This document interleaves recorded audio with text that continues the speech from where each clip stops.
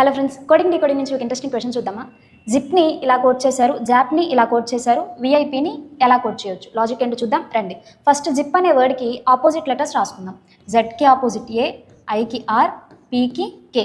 Opposite letters యొక్క position values రాసుకుందాం. A అంటే 1, ఆర్ అంటే 18, కే అంటే 11. పొజిషన్ వాల్యూస్ని యాడ్ చేద్దాం. యాడ్ చేస్తే మీకు 30 వస్తుంది. 30 × 6 180. 180కి ఎంత యాడ్ చేస్తే 198 వస్తుంది? 18. 180 198. సో నెక్స్ట్ కూడా ట్రై చేద్దాం. జెడ్కి ఆపోజిట్ ఏ, ఏకి ఆపోజిట్ జెడ్, పీకి ఆపోజిట్ కే.